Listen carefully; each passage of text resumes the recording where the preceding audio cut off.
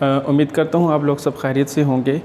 आज हम अपना accounting ICom part 2 Suhail Afzal की book chapter number 4 companies account शुरुआत करने जा रहे हैं। इसका आज हम प्रॉब्लम नंबर 1 जो है वो सॉल्व करेंगे। तो बिस्मिल्लाहिर्रहमानिर्रहीम, तो शुरू करते हैं। पहले प्रॉब्लम नंबर 1। तो प्रॉब्लम नंबर 1 में सबसे पहले हम क्वेश्चन को रीड करते हैं।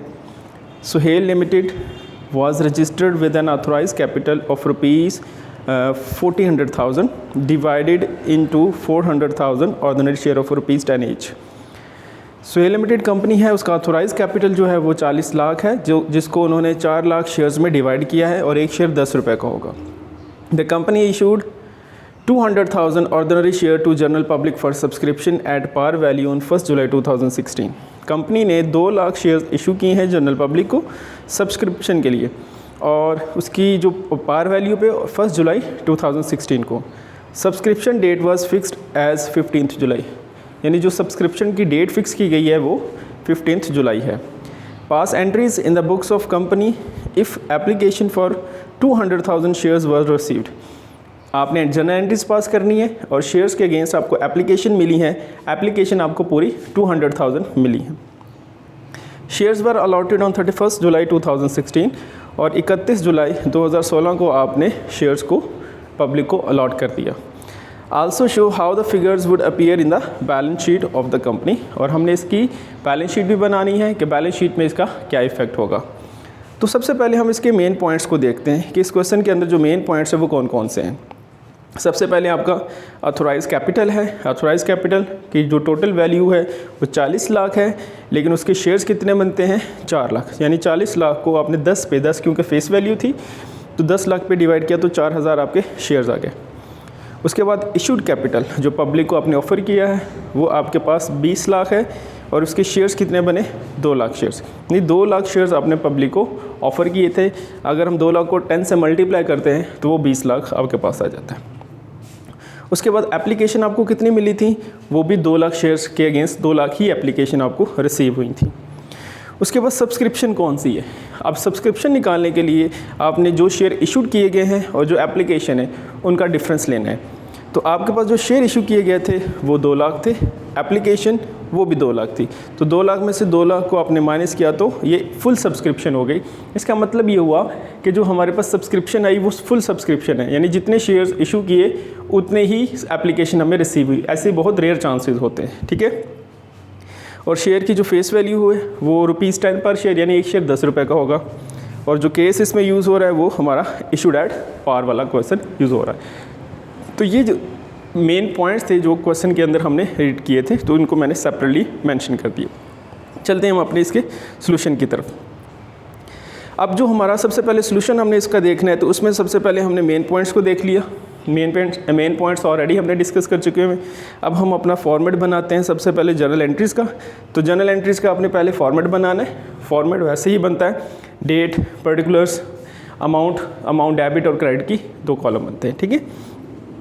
अब सबसे पहले हमने एप्लीकेशन रिसीव करने की एंट्री करनी है। याद रखिएगा, सबसे पहले आपने एप्लीकेशन रिसीव करने की एंट्री करनी है, क्योंकि एप्लीकेशन जो आपने इशू की थी उसकी डेट थी 15 जुलाई, क्योंकि सब्सक्रिप्शन डेट 15 जुलाई थी।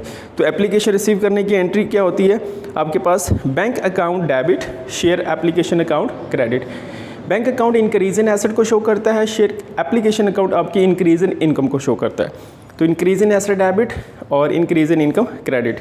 अब आपने एप्लीकेशन एक्चुअली कितनी रिसीव की थी, मेन पॉइंट्स में नंबर 3 पे देखें तो एप्लीकेशन हमारे पास 200,000 थी।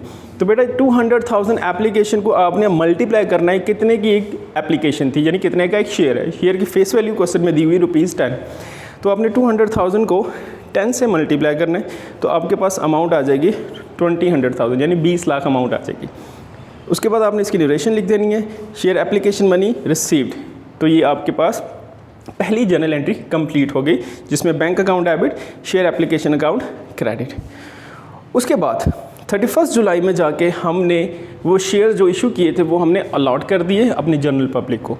जब आप शेयर अलॉट कर देते हैं तो इट मीन्स वो अमाउंट आपकी कैपिटल में ट्रांसफ़र हो जाती है। उस कैपिटल को हम नाम देते हैं शेयर कैपिटल। तो उसकी एंट्री हम पास करेंगे, share application account debit, share capital account credit. यानी वो जो इनकम थी आपकी एप्लीकेशन के थ्रू, अब वो आपका कैपिटल में कन्वर्ट हो गया। फिर एप्लीकेशन अकाउंट इनकम डिक्रीज़ होगी और कैपिटल आपका इंक्रीज़ हो गया। तो बेटा यहाँ पे भी आपकी उतने ही शेयर्स जितने आपने पब्लिक को इशू किए थे उतने ही आपने मेंशन करने, 200,000 मल्टीप्लाई बाय 10 के 2 लाख शेयर से 10 रुपये का एक शेयर था। तो उसके बाद इसकी जो वैल्यू बनी वो भी आपके पास 20 लाख यानी 100,000 बनी। उसके बाद हम इसकी नरेशन मेंशन करेंगे, application money transfer to capital account, यानी अब आपने एप्लीकेशन मनी को कैपिटल अकाउंट में ट्रांसफ़र कर दिया। ठीक हो गया। उसके बाद हमने इसकी बैलेंस शीट भी बनानी है। तो पहले बैलेंस शीट का फॉर्मेट ड्रॉ करते हैं, assets, amount, liabilities and amount. सबसे पहले बैलेंस शीट के अंदर आपने लायबिलिटी साइड पे अपनी कैपिटल्स को मेंशन करना है, जिसमें सबसे पहले बेटा आपका अथोराइज कैपिटल आता है। अथोराइज कैपिटल अगर मेन पॉइंट्स में देखा जाए तो आपके पास 40,000 था और 400,000 उसके शेयर्स थे। तो इसको मेंशन कैसे करना है, आपने लिखना है 400,000 शेयर्स ऑफ ₹10 ईच, यानी 4 लाख शेयर थे जो कि एक शेयर कितने का था, 10 रुपये का। तो टोटल अमाउंट आपके पास बन गई 40,000 यानी 40 लाख। इसके नीचे बेटा आपने लाइन ड्रॉ कर देनी। क्यों, इसको टोटल में इंक्लूड नहीं करते, ये सिर्फ बैलेंस शीट में शो किया जाता है, इसको टोटल में इंक्लूड नहीं करते। उसके बाद बेटा आपने इशूड कैपिटल लिखना है। अब इशूड कैपिटल आपके पास देखा जाए मेन पॉइंट्स के अंदर आप देखते हैं तो आपके पास 20,000 और 200,000 शेयर्स थे, यानी शेयर्स 2 लाख थे और अमाउंट 20 लाख थी। और इसको आपने कैसे मेंशन करना है, 200,000 शेयर्स ऑफ ₹10 ईच, यानी 2 लाख शेयर्स 10 रुपये का एक शेयर था और उसकी अमाउंट कितनी बन गई, 20 लाख रुपए। इसके नीचे भी आपने बेटा लाइन ड्रॉ कर देनी है, इसको भी टोटल में इंक्लूड नहीं करना। उसके बाद थर्ड कैपिटल जो होगा बेटा subscribe capital. Subscribe capital actually वो कैपिटल होता है जो पब्लिक एक्चुअली परचेज़ करती है, जिनको आप शेयर्स अलॉट करते हैं, जो कैपिटल एक्चुअली आपको रिसीव हो जाता है। अब सिंपल सी बात है कि इसमें जितने आपने इशूड किए उतने ही सब लोगों ने उसे सब्सक्राइब भी कर लिया। तो इसका मतलब इसमें इशूड और subscribe capital same to same है। तो इसमें भी आपने एज इट इज़ ऐसे मेंशन कर देने 200,000 शेयर्स ऑफ ₹10 ईच सॉरी कि 2 लाख शेयर्स थे और 10 रुपये का एक शेयर था। तो वैल्यू आपके पास बन गई 20 लाख रुपए।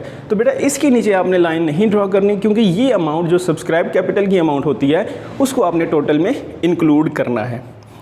तो लायबिलिटी साइड पे आपने ये तीनों कैपिटल मेंशन कर दिए। उसके बाद आपने एसेट साइड पे जाना है। अब एसेट साइड पे बेटा आपने याद रखना है, हमने जो जर्नल एंट्री पास की है उसमें आपने देखा होगा सबसे पहली एंट्री में हमारे पास बैंक आया था कि अमाउंट जो भी हम शेयर जो भी एप्लीकेशंस के थ्रू अमाउंट हमें रिसीव होती है वो हमारे बैंक में जाती है। तो बैंक हमारा एसेट होता है। तो करंट एसेट है तो इसको हमने एसेट साइड पे मेंशन करना है कैश एट बैंक के नाम से। और कितनी अमाउंट आपको वसूल हुई थी, देखिए डेबिट साइड पे अब जनरल एंट्री में 20 लाख रुपए, यानी 200,000 शेयर्स है, 10 रुपये का एक था, तो टोटल अमाउंट कितनी बन गई 20 लाख। तो 20 लाख रुपए आपको कैश एट बैंक में आपकी अमाउंट रिसीव होगी। इसके बाद बेटा आपने दोनों साइड्स का अमाउंट एसेट साइड का और लायबिलिटी साइड का दोनों का टोटल करना है। तो दोनों साइड्स पे टोटल जो आएगा 20 लाख 20 लाख। ठीक हो गया। तो इस तरीके से हमारी बैलेंस शीट इक्वल होगी। तो बेटा ये था हमारा आज का first question chapter number 4 companies account का। उम्मीद करता हूँ आपको समझ आई होगी। अगर इससे रिलेटेड आपका कोई भी क्वेश्चन हुआ तो लाजमी पूछिएगा। अपना बहुत सा ख्याल रखिएगा। अल्लाह हाफिज़।